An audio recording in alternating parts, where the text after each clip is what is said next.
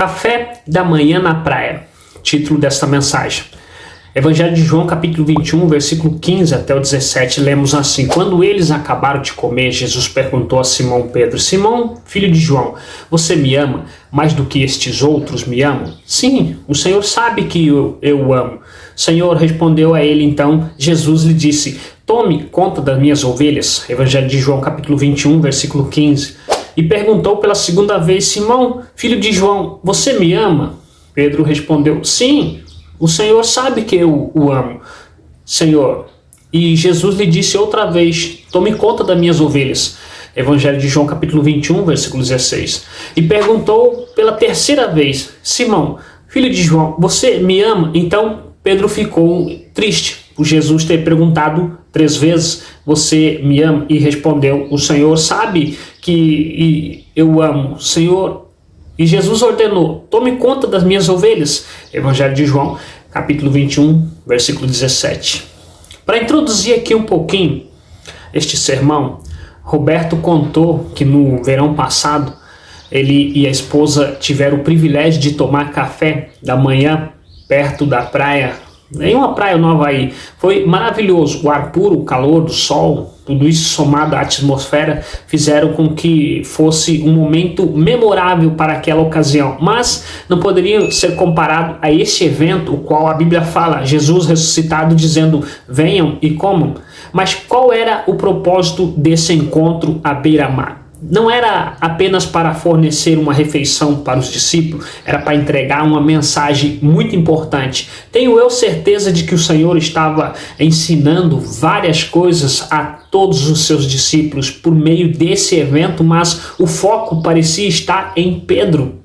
E eu sei que nós lemos esta mensagem muitas e muitas vezes e certamente nós ouvimos inúmeras pregações, mas nesse sermão eu quero trazer lições que talvez você não tenha percebido ou ouvido em nenhum outro lugar. Considere isso da melhor perspectiva de Pedro. Ele falhou miseravelmente com seu Senhor. Para onde você vai? O que faz depois de ter falhado com seu Senhor? A pergunta: por que todos nós falhamos com ele? Uma vez ou outra falhamos. A mensagem que vemos aqui é uma mensagem de esperança, é uma mensagem de novo começo quando olhamos para esse texto bíblico.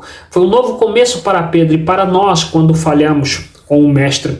Sabe, vemos ali um confronto, vemos uma confissão, vemos também uma comissão. Primeiro a gente vê confrontação: você me ama? João capítulo 21, versículo 15. Potencial é um lembrete de quem ele era. Jesus não o chama de Pedro.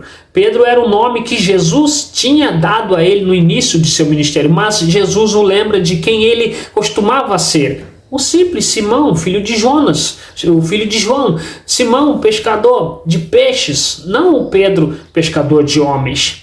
Então a gente vê o propósito.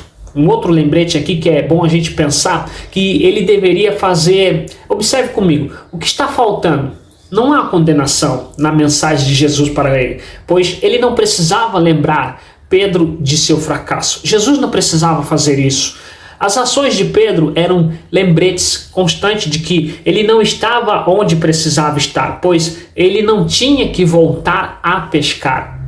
Ele havia deixado seus barcos, suas redes, anos atrás, quando conheceu Jesus, mas em seu desânimo, o momento de fracasso, ele resignou a voltar a ser como era antes. Então, nós nunca podemos voltar nossas vidas, porém, elas foram mudadas por toda a eternidade quando encontramos Jesus Cristo.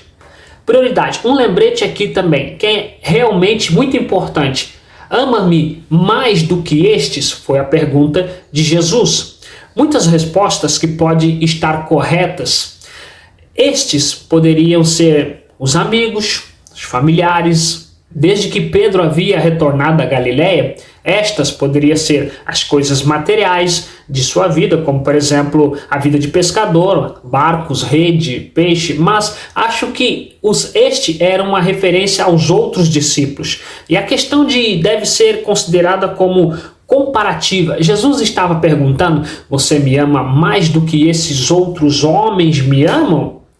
E disse-lhe Pedro: Ainda que todos os escandalize, nunca. Porém, eu disse-lhe Jesus, em verdade te digo, que hoje, nesta noite, antes que o galo cante 2 vezes, 3 vezes, você me negará. Mas ele disse com mais veemência, ainda que me seja necessário morrer contigo, de modo nenhum te negarei. E da mesma maneira diziam todos.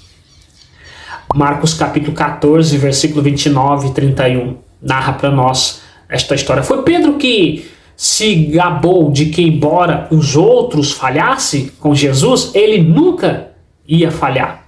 Na verdade, ele estava pronto para ir para a prisão ou até mesmo morrer, se necessário, é claro. Mas Jesus não estava procurando por uma retórica, por uma postura vazia. E só que saber nós realmente o amamos, ele só quer saber se nós realmente o amamos. As palavras usadas são interessantes. Jesus perguntou a Pedro, você me ágape ou você me ama? Pedro respondeu, eu, filéu, você? Sim, ágape é a palavra mais forte que os gregos tinham para o amor. Filéu era um tipo de amor fraternal ou de amizade. Você realmente me ama? Eu te amo como um irmão. Observe comigo a confissão. Primeiro, a confissão pura e genuína deve vir de um coração honesto, arrependido, ou de um coração puro. Não há mais tempo para vanglórias vazias, porque o arrependimento é necessário. Não se arrependa. Pilatos lamentou a decisão tomada de lavar as mãos de tudo, sem remorso. O jovem rico se afastou de Jesus e ficou com o coração cheio de tristeza. Ficou triste. Não reforma. Judas queria desfazer as coisas e devolver o dinheiro, mas era tarde demais. Jesus disse, a menos que vocês se arrependam, todos de igual modo perecerão. Doloroso. A verdadeira confissão entristece o nosso coração quando consideramos nosso pecado. Pedro traiu, Pedro chorou amargamente por ter traído Jesus, por isso ele estava triste com as perguntas de Jesus. Evangelho de João, capítulo 21, versículo 17. Paulo disse, a tristeza segundo Deus opera arrependimento. 2 Coríntios, capítulo 7, versículo 10.